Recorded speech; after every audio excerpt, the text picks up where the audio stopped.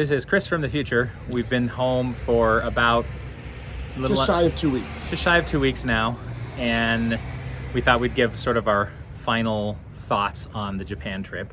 And we actually made a summary this time, because usually we're just doing this off the cuff, and then I'm like, oh man, I wish I'd talked about that. So this time we made a summary down during the trip. And prior to this, we went to a local store called H Mart in Denver, and they had Royal Milk Tea. H Mart is a like Asian food. It has a lot of Asian foods, but also has a lot of Mexican foods, because it's over in Aurora, and there's kind of a mix of people there. There's some Indian food there too. So it's just, you know, some typical stuff, like the normal produce that you would find, but also a lot of produce you would not find in a normal grocery store. Spices, drinks. Yeah, that kind of thing. Pick a category. Royal Milk Tea, for example. Yeah. It's going to be something different than you're used to. They're a lot more expensive here. One of the things we're going to talk about, I don't know if this is on the list, but it's not, Calvin and I were talking yesterday, but what we really miss is all of the dollar vending machines. Yeah, the vending machines that were just everywhere. So I could get a Royal Milk Tea almost anywhere. Not every vending machine had it, but you were not far from one that did. And you were going to run into it if you're going the train or something. And they were a lot less expensive than they are here. Now, these ones are probably yen or so. Yeah. So about a little over $1. Yeah, whereas this was like $2.79 or something. Yeah, so considerable more money. Definitely more here. I mean, I was expecting that. So that's one thing we should talk about that's not even on the list. Prices. Everything in Japan was so inexpensive. The food, the transportation wasn't too bad. And, of course, we knew this was going to happen. We start doing this, and then my cat is complaining and wanting to come outside. So we knew it was going to happen. We knew it. We tried to bring him out, because we take him for a walk on a leash. We tried to bring him out, and he didn't want to come. And we start doing this, and I knew it. He was just in there meowing, so Josh is going to put the leash on him and bring him out. Anyway, prices were great. Now, there were some things that were kind of expensive. If you remember one of my earlier videos, a lot of the guys went to the steak place, and their steaks were Kobe beef, and they were, you know, 200 something, $150, that kind of thing. So it was, you know, quite a bit. Okay. So you could find expensive food there, but if you didn't specifically go searching for it, most of the stuff you'd find would be very reasonably priced. And so that was awesome. And going to the vending machines and stuff, I talked about it in my Disney one as well. Like usually Josh and I just buy like one bottle of water a day and either refill it or reuse our own. But out there, the water was so cheap. The soda was so cheap. We didn't mind buying a bottle of water an occasional bottle of soda too. Yeah, an occasional bottle once or twice a day. We weren't that ridiculous about it. We did water a heck of a lot more. Yeah, exactly. Found sports drinks that looked like water. Yeah. Lemon water that on looked occasion, like water. we would get a water that looked like water, but was not actually water. It was something else. Or it was a power drink that looked like water. Yeah. And so Marshall gave me one this time that he thought was water, and he gave it to me, and I drank it, and I practically spit it out. Because you know when you drink something, and even if it's something you would like, because what he gave me wasn't that bad. It was sort of a citrusy flavor, but I was expecting it to taste like nothing. And that was when it tasted like something, I was surprised, and so I spit it out, and I felt so bad because it was a really nice gesture by Marshall, but I didn't know what I was drinking. Anyway, that's just an example of like you have to be careful when you're looking at the different kinds of waters to look for the ones that say like mineral water, because that is just going to be water. Is going to be just water. Otherwise, don't assume it's water. Like that was the safest thing. And sometimes it varied. One of my favorite things we didn't end up getting, but I'm sure you remember it. It could heat up little, essentially almost like cans of soup. Oh. So you could drink it. One was tomato, one was like a corn chowder. Yeah. There were different soups. So you could get that from the vending machine too, and those would come out hot. We didn't do it, and I sort of regret not doing it, but it was still interesting. Somebody there had told us that since we were there during kind of like late or like early fall, late summer, it was still cold drinks in there. But pretty soon, warm drinks would start being introduced into the vending machines, and you could tell because their labels were always more red. Yeah. And that's how you could tell. Red versus blue. But yeah, and some things, you know, can get hot or cold. Like the Royal Milk Tea actually can be served either way. And so you can probably find a machine that has it both ways during the months that are cooler. It's just that I don't think a lot of people would have been having hot drinks during the time that we were there. And we certainly didn't want to have hot drinks. Started at 88 degrees first day. So. Yep. Okay, so we're going to go on the list of topics we want to talk about. These are in no particular order. It's just, you know, when we thought about them. The first one is trains. The trains, oh my God, were so good. Trains and subways is what I'm talking about. Just transportation in general was so good there. When we first got there, we rode from the airport to the hotel in like a van that we hired. Since there were 5 of us coming, or 5 of us coming in at the same time, It was very reasonable in cost. Yeah, when we split it up, it was still less expensive than taking the train. I'm sorry. The train would have been less expensive. It was more expensive than that. But we didn't have to worry about Yeah. everything else, including dealing with a train system, a subway system. We were not. Yeah, after fully having been on the knowledgeable plane for 10 hours and being exhausted and tired, we didn't want to necessarily have to deal with the trains. Now, we would have if it was just Josh and I, because we would not have paid for that for just ourselves. But splitting it amongst 5 people made it about $30-something each, and so that was fine. But so the transportation was great. But if I knew now, or then what I know now, I would definitely take the train from the station. From the airport to Shinjuku Station. Like, it was actually very easy to do. We did the reverse, and it was easy. And This is it's a good big city public transportation system, like Yeah. Boston or New York. Or we did it for London London or and Paris, Paris. yeah. They're not that hard, and Actually, I felt this one was easier. definitely easier than France. Yeah. The reason for that was that while they would always put up information in Japanese, it would be followed later on Yeah. in English, and it was like, oh, thank you. And again, sometimes it felt like a little bit of an afterthought, but it was almost always there on the Yeah. signs telling us Well, about our especially in trains. Tokyo, because Tokyo Big hosted the fun. Olympics, and one of the things they Yeah. did was try to Oh. make it a little bit more, Symbols and signs non-Japanese friendly. everywhere was so and great. so getting around the trains was great. We only made a few mistakes when it came to that. Never in Tokyo, actually. No, I'm going outside of Tokyo. In Tokyo, we never made a mistake. We were always able to we used Google Maps or Apple Maps, depending on what somebody had. And sometimes I led, and sometimes other people led. It was actually great. We rotated because through, we it was didn't really have nice. I didn't have to do it all the time. Sometimes I could just sit back and let someone else do it, and that was actually really nice. But Apple Maps or Google Maps made it perfect. But what we learned a few days in is that we needed to pay more attention to the times. The times in particular. Because it would tell you what platform to go to, and it would tell you, what time your train is coming and which direction you're going, that kind of thing. But some of them were express, and some and of that them made it. weren't. And if you've been in certain cities, express ones skip stations, and we skipped. in Tokyo, that was never a problem. No. But in Kyoto, it happened twice in 2 Which days. I would say we that went English past. was less common there, though, too. Yeah. So yeah, it made a difference. Yeah, but it was like we were on the right track. We were on the right platform. We just Grabbed We just one grabbed a train that 5 minutes became earlier. Yeah, and therefore it wasn't the one we wanted. So we figured that out because Josh and I were on the wrong Shinkansen, the bullet train, because we hopped on the one before and not the one we needed. And They were then we great did it about twice in Kyoto. After that, we never did it again because we started to learn. Okay, so we can be taught. Yeah. Now, one thing that when we got on the wrong Shinkansen train, sorry, I blanked on that name. Shinkansen, yeah. Shinkansen. They just said, please get off at the next stop, get to the correct train, which will be coming in next, and you're good to go. Yeah, The other we thing were on the one train before ours. We just had to get off, and they stopped all at the same places. So we just got off, waited for our train to show up, And it and was no big recognized deal. the number of the train, and then got on that. The other thing was we used the Suica card on our phones more often than anything else, and reloading that easy with one step, one caveat, which was we had to use this particular type of card. Well, we had to use a MasterCard. We And could not so use our Visa debit card. was Other kind people of were having trouble weird. with any kind of Visa cards. So we had that set up, but otherwise, and that's not- reloading it was easy, and getting it ready was easy. Once we also sort of got used to their system and working with it, it was easy. Yeah, so you can get a Suica card when you're there. My understanding was they were harder to get because they were having trouble getting the chips. But a couple of people had to get one when they were there, and they didn't have any trouble at all. I just don't think they're as easily accessible where they used to be. You have to go to specific places to get them. But yeah, so you have a Suica card or some other kind of IC card. There's Pasmo. There's like an Coca card or something like that. There were multiples, and you could use them. So you tapped in when you were getting into the station, and then you go to Starting wherever point. you were going, and then you would tap out, Finishing and that's how it point. would know how much to charge you. It wasn't like Sometimes it was absurdly like New York cheap. is for $290.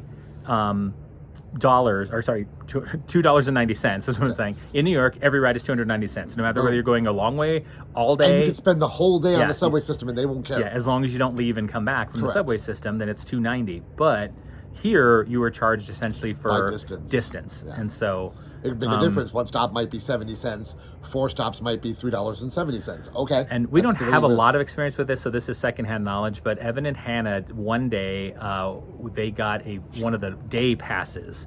But that only includes, a certain area. They ended up going Like outside that zones. area, so they ended up having to pay up in there, and then when they upcharges, added it all up, it would have been less expensive just to pay for each one separately. And so that could be a good deal if you're planning on staying, in Tokyo proper. But if you're going outside of the areas, then maybe not get the day pass and just use your Suica. People. Well, the people were so nice. They genuinely were so friendly. And I got asked by somebody too, what did you think about them? I said I found them to be very respectful of us, very, very much just nice people. And if we asked for help, they always tried to help us. Period. Everyone tried to help us. Yeah. Regardless of any language issues, wherever we were having an issue, it would be great to talk to somebody and they would immediately help you. Yep, language didn't really end up being too much of a barrier, mostly because we were staying in a lot of touristy places and places where they either spoke English or we could get by. You could be at a restaurant and they may not know what you're talking about. You just point at the thing on the menu and they know what to get for you. Give them a number for how many of them you want and move on with it. Exactly, and that's how we worked most of the times. I did have to bust out the Google Translate and type in something on occasion. But usually four times in the entire trip. It was three, yeah, it was three, and it was only because I had something complicated to express. So I had to, at one time I needed to exchange one shirt for another size because sizes run small there. Oh boy. So an extra large would typically fit me, but I needed to get a double X, and so I typed it all out saying, hey, I need to exchange this one for a double extra large. And I don't think I would have been able to communicate that with somebody who didn't speak English. And so I held it up, I typed it in, I held it up, they knew exactly what I wanted to do, and they took care of it. And so it worked out really well when we needed it to. But most of the time you could do very basic concepts. Like when we were going back to the airport, we needed to find out where the train was. We had bought the tickets, but I didn't know where the train was. So I went over to one of the information booths and I just said, where? And I held up on my phone, the next, it was the Narita Express. And I said, where? And then she knew what that word meant and she was able to direct me. Simple and easy. Sorry, it's loud. There's a very loud truck going by. More often than not, just easy to interact with. They're looking. Yeah. We're in places where English was probably more common than elsewhere. But even when it wasn't necessarily common, it wasn't ever all that difficult or prevented us from doing anything we wanted to do. Yep, exactly. So the people were great. They were very friendly. They were helpful when you needed it. They get out of your way, you get out of their way. It's just like being in that. There are some things like, being on a train, for example, where everyone's very quiet. We had to shush ourselves on occasion because, there were a bunch of us. Using hand signals like because we'd get on a train and it's just about to leave, so we'd all run into a door where we could get into. Yeah, exactly. Because we had a pretty big group most of the time, and so we would just hold up, hey, three stops. Get off on 3 stops, so we're all paying attention, that type of thing. It worked well. And we were trying not to have loud conversations, but we did have to hush ourselves on occasion because we were being. Exactly. So, so as far as the people go, they were great. It was really awesome to be around them. They were very friendly and nice, and they just looked like they enjoy having a good time. Yeah, they definitely enjoy their downtime. Yeah, exactly. And their food. It's we're tourists and everyone's going about their business and stuff. We always try not to be in the way, but sometimes you are, and they're actually very gracious about that. I've read somewhere that they give foreigners a lot more leeway essentially, because we don't always know their customs. We did look up a lot of their customs before we went, things that are considered rude there that wouldn't necessarily be here. And because we didn't want to be, big dumb Americans just clod-hodding our way through Tokyo. And I think we, for the most part, represented ourselves well. More so than us. Merchandise. Oh, we went no food. Oh, food. I'm sorry. We're down to food. You've seen watched the videos. Yeah, I'm about to say, I don't know how much more we need to say. Yeah, everything was so good and so inexpensive. And so reasonable. If you'd asked me before I went if I'd go back to the same restaurant 3 times, I would have told you no, because I want to try different things. But once I had that sushi at that restaurant, I knew I'd be back there at least one more time, and it ended up being 2. And I didn't care that I didn't branch out. It's the best sushi I've ever had at the least expensive price, and I was happy to do it most of the time. That does lead into merchandise, though, because again, because of the exchange rate, we got a really good deal on most things. Now that's not always true. Yeah. There was a spot we were going on top of the Tokyo Tower to show the city. Things there were definitely more towards touristy prices. Yeah, if you were in a touristy place, the prices are usually more. We went to that shrine in Kyoto. We paid touristy prices for stuff. We were at the top of the tower where you can look around. Yeah. Mostly tourists go there. I'm not saying no locals do. Disney was actually very reasonable. But mostly tourists. But yeah, Disney was very reasonable by Disney prices. The merchandise. We didn't find a ton for us. Yeah, when you compare Disney prices, it was definitely better than most other Disneys. But yeah, so depending on where you were, it could be what you'd expect to pay, or most of the time less. class. Like we went to the Don Quixote, for example, which was essentially just a department store, but but it's kind of small, so it takes up like 7 or 8 floors. Yes. And you saw that in the video. Stuffed.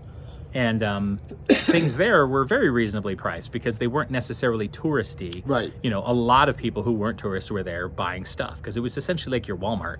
It was just broken up into a lot of different areas. Or maybe a Target. Hotels. So that was good. Hotels, yeah. Book your hotel early because you'll get a good deal on it. They have a lot of good hotels with good prices. We kind of groused about which hotel we were going to do. I did a lot of research before we even, you know, put together the plan of where we're going to stay. Because one of the ideas is that we would do an Airbnb and we'd all chip in on it. But that was only going to work if we were all going at the same time. But some people ended up going a week early. Some people stayed later. There'd just be no way to figure out who owes what. And so let's not do that. It was better not to do that because there were places in Airbnb where essentially we're renting out like an entire like small hotel with like 12 rooms or something, which would have been perfect if we needed it. But we ended up staying at the Not Shinjuku, and I cannot recommend that place highly enough. I do think it caters to more tourists because we saw the clientele there was very not Japanese. I'm not saying we didn't see anybody who was, at least I should say, looked Japanese. We didn't talk to everybody. It's very possible that they were tourists too. So we're just basing that off of appearances, not judgmentally, just, you know, objectively speaking. And so, but there were a lot more people. We heard lots of people speaking German, some people speaking Italian, lots of people speaking English, lots of English, but it was like Australian Canada. English, you know, Canadians. We ran into a lot of Canadians. So I think it's a good place. Plus it's in Shinjuku, which is a nice neighborhood. It was right across the street from a park. That was nice. This is not a paid advertisement, by the way. We're just telling you how much we liked it. And it worked great for us because we used it as our home base, even though we spent 2 nights in different hotels, one in Kyoto, the Capsule Hotel, and one in the Disney. And of course, Disneyland Hotel speaks for itself. Of course, it's going to be amazing. Disney's always amazing, and it was even more amazing in Japan. Not cheap, but it's amazing. No, it was definitely the most expensive one for a night. I mean, I can't tell you exactly how much we paid for it because it all came with a package, right? We had 2-day tickets, we had the park hopper, we had a breakfast. There was a lot included that can't break down into individual pricing. Yeah, so part of the package. There were 4 of us in one room, and we all got the package, and it ended up being about $450 American dollars to do that. So overall, it was that's like, man tickets. Yeah, everything. Yeah. Each person, and there were 4 of us, so that's not a bad deal. Yeah, and to get everything that we got, I feel like it was pretty good. Yeah, I feel like but we could have definitely done it more cheaply. Like the price of the tickets into the park were not that expensive compared to other Disney's, right? They were like $70, $80 or something like that. Nothing when you see what the Magic Kingdom is running now. Exactly. And so anyway, Disneyland Hotel, if you can stay there, this is a good opportunity to stay at one if you've never done it before, because the price here I think is a lot better than the price of the Disney hotels around the world. The Capsule Hotel was a great experience. Oh yeah. It was nicer than I expected because they were not tiny little like coffin holes for people. It was much more of I compared it to like a storage closet, but a big storage one you'd rent by the month. That's more what it felt like. And it was very I saw Chris and Calvin last night, and they told me that it was the best sleep that they had there. They were from each other. Well, everybody likes different beds, right? Yeah. Japan seems to like their hard beds, not soft beds, and Josh likes hard beds, and I actually don't mind either. Like, I can sleep on a soft bed or a hard bed. I'm fine with either, but Calvin and Chris are used to sleeping on softer beds, and the beds at the Knot were killing not them. Soft. Yeah, Chris was having some back problems until he kind of learned how to lay on it. And so anyway, they had said that night was one of their best nights of sleep because the bed was like perfect for them. So yeah, I mean, you can see, I did a review of the Capsule Hotel in that video. We really like it. It was totally worth it. We didn't feel unsafe at all. So if you're just gonna stay 1 or 2 nights in a place, I would say get a Capsule Hotel because it was a really great experience. I'm thinking back when I did college and the hostels. This was nicer, more individual, better attitude towards it. Just overall, it felt just really had your own space, right? It really felt there were a lot of common spaces. That's where you hung out, but you could go back into your room and just put down that shade, and nobody would bother you. No, not deal with the world at all. Okay, WhatsApp. So what a good choice. So we went with a lot of people. If it had been just Josh and I, we wouldn't have done this, but we ended up using WhatsApp. Now, I mean, there's a lot of messaging programs out there. The reason why we chose WhatsApp over using like our text messages, for example, is that depending on who had what, we wanted to make sure everyone was included. And what I mean by that is that Josh and I had our regular cellular because we have Google Fi and it works in a bunch of different countries, over 200 countries. So once we got there, we turned on our phones and we had service just like we did here in America. But other people did the same thing. They called or they weren't on Google Fi, but they were using their service because they called their company and they were using the international. Per day would cost them, et cetera, et cetera. Yeah, exactly. And then other people were using those Wi-Fi bricks. Those were the ones we were worried about, because when you're using Wi-Fi like that, sometimes messaging doesn't work as well. Like, you need something that sends over data and not text. Yeah. So there is some concern that some people wouldn't be able to get the texts if we were just using regular text messages. So we ended up doing WhatsApp, and that worked out great, honestly, for a lot of reasons. First of all, we could create several groups. So for example, we had a big one with everybody in it that we were staying in touch in when we needed to do stuff, and that had all 12 of us. And then we had for Disney. Yeah, on the first day of Disney, we had one for the Disney, it was the Disney Sea Crew or something like that. And covered 10 people. And so we just made a new one, and we could all communicate in there and not spam the people who weren't, the 2 people who weren't there. The next day, we had the Disneyland crew. It was only 6 of us, but we weren't spamming the other people. Right. And Kyoto. then later on, when we'd break off into groups, so if it was me and Josh and Marshall and Eric and Cody, then we could make one for just the 5 of us, and communicate that way. So it was great. I mean, it's just like using regular text messages, but this one was working out as well. Plus, since most of us, even though we had the international coverage, it would have cost us to make a phone call. We could make data phone calls through WhatsApp, and that's what we were using to do it. So it was pretty much a one-stop shop when it came to communicating back and forth with each other. It ended up working out great. And so if you are going with a lot of people and you're concerned about somebody having Wi-Fi and other people having their cellular, that type of thing, then having something like WhatsApp or whatever your favorite messaging program is will work for you. So it's a great way to go. The vlogs. Travel vlogs. Other vlogs. Things that we watched before we went, because we knew we were going for a long time before we went. Right. So we did a lot of research, just casually in the years leading up to it, but as the months got closer, we were doing it more. So some people that we watched that really helped, one was abroad in Japan. His name's Chris Broad, and he is British. And he does essentially a vlog, because he lives there, and he's lived there for, I think, more than a decade now. Something like that, yeah. And so it was great watching his vlogs, just kind of understanding. He has great ones like, what not to do, things to watch out for, and then just, adventures and stuff that they go on and do, cities, trying different weekend foods. events that they do. Yeah, exactly. It can be both informative and very entertaining, and that was really the helpful part for us, was we got to see things we cared about, but it was also done in a very good fashion. It's also humorous. He's an interesting guy. Along with that was Sea Dog VA. His name is Connor. He's Welsh, and he also lives there. And he did other stuff too. Like, he went and worked in like a maid cafe for one day, right? And so, and he and Chris from the other blog I was talking about do stuff together all the time. So it's worth watching, because you get a lot of tidbits about things to do, little things that you might not get places otherwise. You might want to go visit, and from people who live there. And so that was awesome. Very helpful. And then is it Charmeleon? Anyway, it's Chris Broad's girlfriend. And she's Canadian, living in I love Tokyo. That, a Brit and Canadian meet each other in Japan and get together. I think that's a very cute story. It just shows you how worldly Japan is. But anyway, she also does one too, and so they're all worth watching. She gets a good different perspective, because she's coming from a woman's point of view. So I appreciate that, just to get another perspective on the city, on the people, on living there. I mean, that's what it boils down to. So definitely watch some videos before you go. For Disney, there was TDR Explorer, Tokyo Totally Disney Resort Explorer. Yeah, his name is also Chris. I'm pretty sure.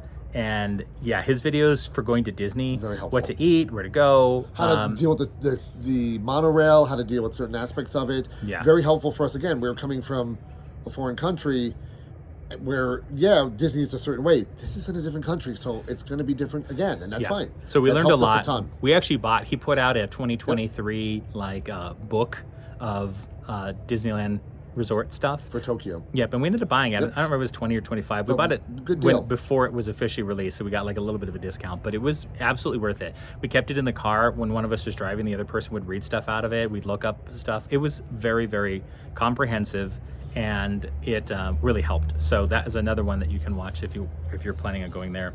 Online customs. Online customs. Oh yeah. So I'm like, what was I talking about? That getting into Japan is actually not that hard. It's almost disappointing though. Why? Because you don't really get the stamps and stuff. We got a sticker. I like the sticker. So when you go through customs, you can fill out all the forms there, or you can just do it online beforehand. Which is great. Yeah, so you go onto their website, you future. fill it all out, you essentially set up a sign up, you fill it all out, and you get QR codes, and then you go use those QR codes as you're working your way through the system. So you do customs and immigration, and you have one QR code for each, and then you just kind of scan that as you go through. Yeah, and they simple. make you put your fingers in something to get your fingerprints, and they scan you and compare you against your passport. So yeah, so it was actually pretty easy to get in if you did a little bit of pre-work. Now, it's not that hard if you don't. You just have to fill out all the forms there. And it just takes a little bit of extra time. But after you've been on that plane for a long time, you don't want to fill out any forms. Just do it all online before you go. Another step towards making life easier. Exactly. And just, I don't remember exactly what the website is, but you can just type in, Japan visiting immigration, and it'll take you right to it. And the questions are really easy. It's sort of like, well, what hotel are you going to be staying in? Are you bringing in any of these illegal substances? Which I suppose if you were, you wouldn't charge yes to that anyway. There was some kind of horse meat, I think, on there. Weird ones where you're like, yep. Okay.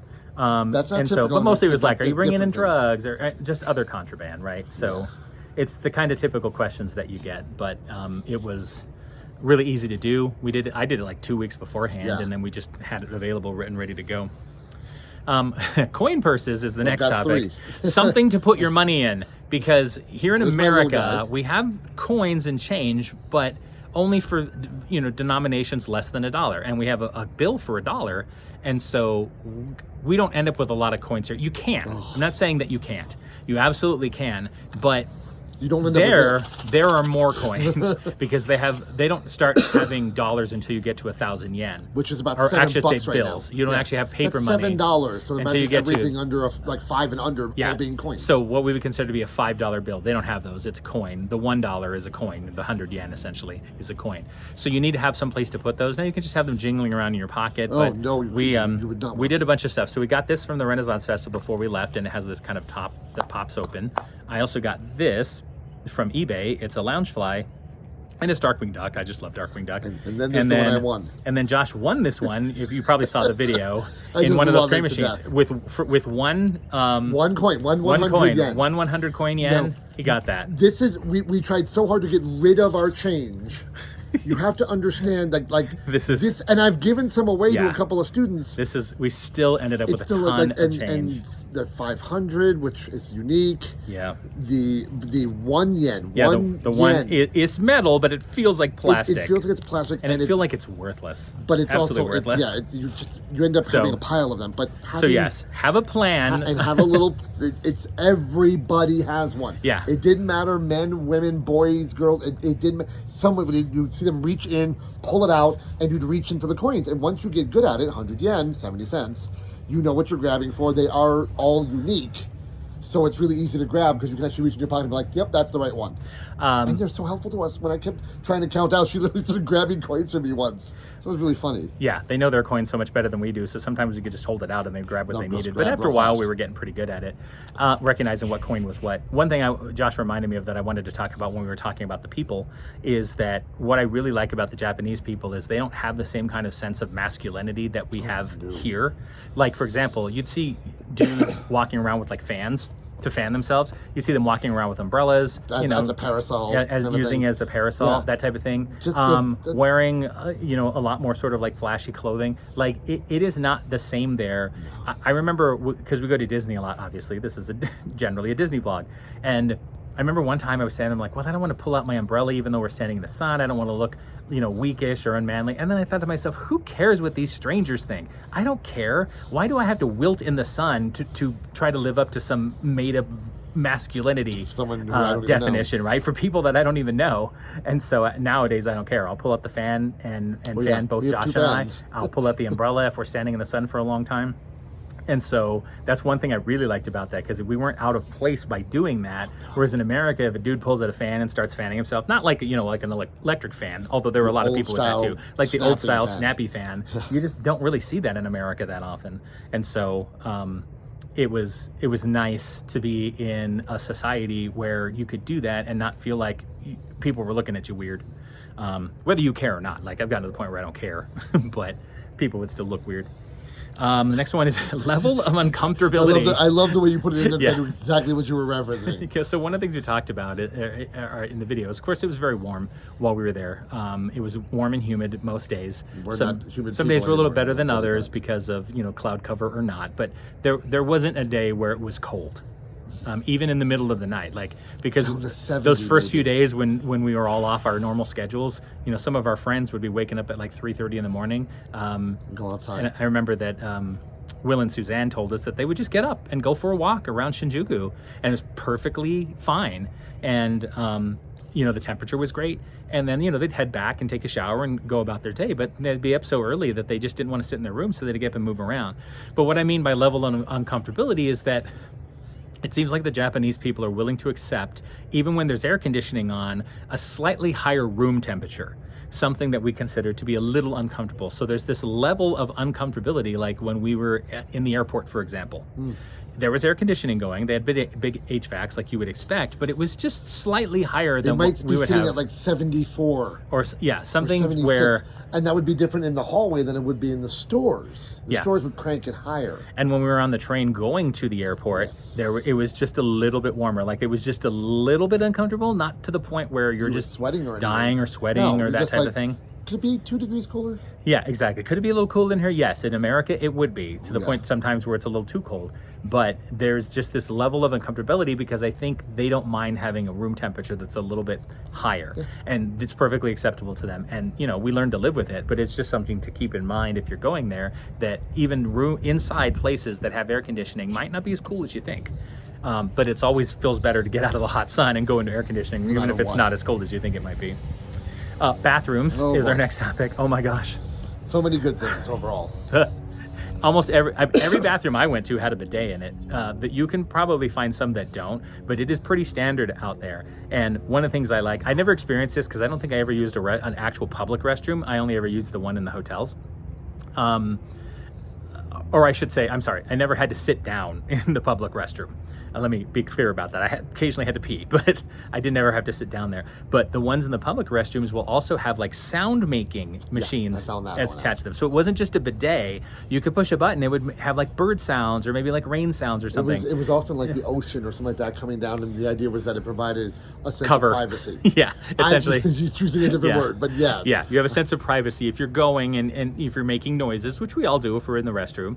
But it's just nice. Yeah, it was just nice to have something like that and not have to. And I get that because sometimes I'll go into the bathroom and I'll flush when I'm going because I Yes. don't want But it's- people around me to hear anything that's going on. The But bidets were the bigger deal, that they were Yeah. everywhere. They were usually warm. warm water bidets. They could be altered in terms of pressure. They may have sound stuff. They may have other things, but it was just the norm. You could expect a bidet, and not only just Yeah. a bidet, but a warm water bidet, which And if you've not we had need it, to like, adjust, America. yeah, you have to adjust to to adjust. it because it's not something you're used We to need to if go. you get one, but you can get them here. Like we have one in the house. It's attached, to the toilet seat. We just take off the toilet seat, screw it down, screw the toilet seat back on, and you can use a bidet here. But ours is only cold water because it comes directly from the cold water tap it's that feeds cold. into the tank.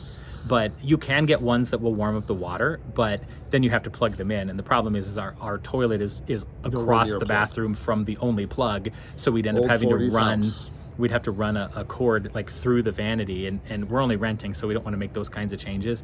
But man, I miss that warm. I would say that The warm bidet. Now, overall, the bathrooms too. I think a bigger statement would be that they were always remarkably clean, well kept. Yeah, even the You public could ones. tell- Mostly the public ones. You went to that one in the karaoke place that was. That doesn't surprise me. It was a karaoke place, but yes, the karaoke place. Not only was it not clean, it also didn't have a working bidet. So it was one of those where you're like, Yeah. Bummer. So it's not like every single place is going to be But the still. one. But you can still. if you go in other places, you might run into one. But as an overall rule, they were clean. The bidets were amazing. the ones in our rooms were always good as well. In both the hotels and in the capsule was just, I used that too, and that was just fine. Everything. And the last topic we have is the internet. We touched on this a little bit before when we were talking about WhatsApp, but there's a lot of ways to get internet when you're there. So for us, we have Google Fi, which works in 200 places. So when we're in America, it piggybacks off the T-Mobile network. And then when we go to other places, so last year, we went to London in France. You just turn on your phone. It takes a little bit longer to connect the very first time. So you think, oh my gosh, something's up. I'm not connecting. nope, Something's wrong. nope, No, just I think give it it just a takes little some more time to time. negotiate a connection because it hasn't been on that network before. At Right. least your phone hasn't. or my phone hadn't But been at the time. otherwise But then once it got it, it was fine the whole time. So that happened. We used it in England. We used it in France on this trip. We used it in Canada. When we were there, it worked just fine. And then in Japan, both in It took a little while to Kyoto kick in both times, and in but it Tokyo. did. So It yeah, kicked in. it had no trouble working. We had all of our normal services. With Google Fi, this is not a paid ad for Google Fi, by the way. With Google Fi, we get essentially whatever data we have, which is unlimited, so we could do data the whole time and not worry about it. And we could do phone calls for 20 cents, which sounds like 20 a lot. cents a minute. Well, 20 cents a minute. I'm sorry, which sounds like a lot, But a but it's 5-minute really call is now not. a buck. Yeah, it's Come $1 on. for a We used 5-minute to call. do, what was it, 10 cents a text. So Back 20 in the cents day. a minute, Yeah, seems so it like wasn't that nothing. bad, and we used the WhatsApp for that anyway. So we didn't end up, most of the time we didn't end up needing we to were call good. anybody anyway. But so that's one thing. So we have the type of service where you can use it all over the world. You can also get a SIM card that you can either buy when you get there, or you can buy beforehand. That essentially you take out your SIM and you replace it, or you can use an electronic SIM. Some Which is newer more, phones yeah. don't actually use the SIM cards themselves. There may still be a slot for them, so check your phone if you'd rather do that. But you can do an eSIM where essentially you just get a SIM number and you kind of enter it in.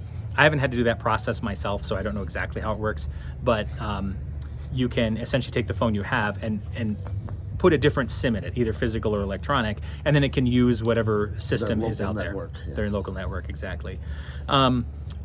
Or you can use your existing service, but turn on your international coverage for your cell phone. Which So I think some of us were paying Some- $10 to $15 a day. some people did. I know that Josh's brother and sister-in-law, they were just in Italy, and whenever they go, I think they have AT&T. Yeah, they and just activate it. And they just activate the international coverage, which for them I think is $10 a day, $9.99, and then they just use their own service. And the upside to that, and also like having Google Fi for us, that you wouldn't get if you had an electronic SIM, is when you get another SIM, you get another phone number. So Right, ours was people constant trying the to whole time. contact you may not be able to as easily because it's coming to and from a different number. We had our same numbers the whole time, Not a and if you're problem. using your cell phone, like if you turn on the international, then you're going to get your same number too. So that's a plus, and one of the advantages of using the having a service like that. And then finally, if you don't want to do either of those things, you can just rent a Wi-Fi brick out there, which is what a lot of our friends did. You just go and buy a Wi-Fi brick which connects to their cellular network, and then you just have Wi-Fi that you carry around with you, and you connect to it like you would any other Wi-Fi. And that's how some of our friends did, like Chris and Calvin, for example. They ended up getting two because they were together most of the time. I mean, they're not together, just best friends. But there were times like when Calvin was with us in Disney and Chris was with his sister doing something else, they needed a different brick from each other. And so they had two, even though most of the time they only used one and they could just keep another one charged. So yeah, we, That one last detail. yeah. Wi-Fi in the city of Tokyo, Wi-Fi in Disney, really not impressive. So we Well, wanted, there was no Wi-Fi in Disney. which is Yeah. insane considering you need an app to navigate the park. Yeah, to So- do the park effectively, we had actually a lot of paper ticket stuff. Yeah, but that was us. But we also did use the other one too, especially during Disney. But there are Sea. things you can do on the app, so you would think that they would have Wi-Fi there. No. Nope, they don't. And the they sim- do in the hotel, but they don't in the parks. And that would be where I would say, like, you might find that, like, we found Wi-Fi in our hotel. That was easy. Things like that are a lot easier than just casual usage like we find in America. Yeah, there was free Wi-Fi in Tokyo, just kind of depending on where you were. It could be better or worse. It could be better or worse. Yeah. There was Wi-Fi on the bullet train, but I tried to connect to it and it was really slow. It was much slower than just using my regular connection, so I switched back to that. I just wanted to try it. Like we had unlimited data. There's no not? reason to connect to a Wi-Fi. I just wanted to try it and test it and see what I thought, and it was pretty crappy. So you may have good or bad Wi-Fi depending. And since the bricks connect to the cellular, we thought that service was actually really good the whole time. So you can connect to that. But as an overall, we had such a good time. I miss it so much already. I just want to go back for the food. If I could hop on a plane right now and fly 13 hours to Japan, I would, because I just want to go back and have some of the food and hang out in the city with all the lights and the people. And it was just a great time. For having so many people going along, there was a lot that could have gone wrong. And for the most part, nothing goes did. right. An occasionally missed train or something like that. But nobody was there late because their plane was delayed. No, we actually Nobody were all got very stuck respectful somewhere of each because other, they couldn't follow the train we schedule. were not the problem. Yeah, we were None of not. us. None You know, of us, all some of people us. did have some things that happened personally back home to them But that's that made it not- less fun. that's but not that holiday wasn't related. It wasn't related to the actual trip. Right. You know, so I'm not saying that things didn't happen, because life does go on whether you're on vacation or not. But it wasn't vacation related. So it worked out really well. It was harder with a bigger group because a lot of the restaurants, for example, are kind of small. And so 12 is getting not- 12 people into one, we never did. I mean, we never did I think the actually most get all was 12 like of us in one 6 place. or 8. And the only place we went to that we could have done it was actually the inn at the hotel. the hotel, the Knot in Shinjuku, which actually wasn't very good. So that was my worst meal there, was the Knot in Shinjuku. Everything else was great. Like they have a little bakery attached and it was delicious, but the restaurant was overpriced and not very good. So I would not recommend that. The hotel, on the other hand, I recommend, There you go. just go down the street to the Family Mart. You'll get cheaper and better food. There's a lot of food nearby us. That's where we did the hot pot. Yeah, or the Not the hot pot, sorry, the Korean barbecue, Korean yeah. barbecue. That was right, literally around the corner. yeah. Oh yeah, there's so much Literally, food nearby. so there's so many places to eat around that don't eat at the hotel. Yep. Well, thank you for joining us on our trip to Japan. It was a really good time. I will remember it forever. And I didn't think I'd want to go back. Like when the first couple of days, I'm like, Yeah. okay, this is fine, but one time's enough. No. By the end of it, I didn't want to leave. And I would love to go back. I'd go back right now if I could. I was telling fellow faculty, as art people, the goal to go to Europe and see all the stuff that we learned is important to us. But it should be more important to go somewhere different. Yeah. And explore and experience and learn Yeah. about something so different that this is as big of a deal to me at this point in my life as going to London as a student was Yeah. 30 years ago. Well, we were in It's- London, it's we the were same sort Paris, of- and they are different cultures, it- but they're Western cultures. So Yeah. there's a lot of similarity to what we already know. Right, and we often so- were raised in that sort of thinking, that raised from that history. This is so different from us that it will be a Yeah. great experience to you in your life. Yeah, Japan was foreign, and it felt foreign. Beautifully foreign. Yeah, in Wonderfully every foreign. good sense of that Yeah. word. Like you felt like you were in a different place, And it was immersed in a amazing for different that. culture, filled with different people that were Worth it. totally different than you. Not totally, but you know what I mean. Yeah, but yeah, different 'cause enough there- that's you know, not we're something you have you have Japanese food. You got to go to Tokyo, kind of Yeah. be there, be surrounded by it, be immersed by it. Heck, I had some Italian food while I was there. Like, I mean, that's but that's it's the just thing. knowing it's like, it, and yeah, it's trying those different things. I had McDonald's while I was there because I See wanted the to try world. their different ones. Get out Yeah, there. you're going out and you're seeing the world and That's you're that understanding should be different your goal. cultures. And I never Broadening thought I'd be a everything. traveler. I've talked about that before in other blogs. And here, we've done it. We finally made it. We've Other been end of the planning this world. for 3 years. other end of the world. And we finally did it. So thank you for joining us. I hope you had a good time watching. We did. And we'll see you in our next videos.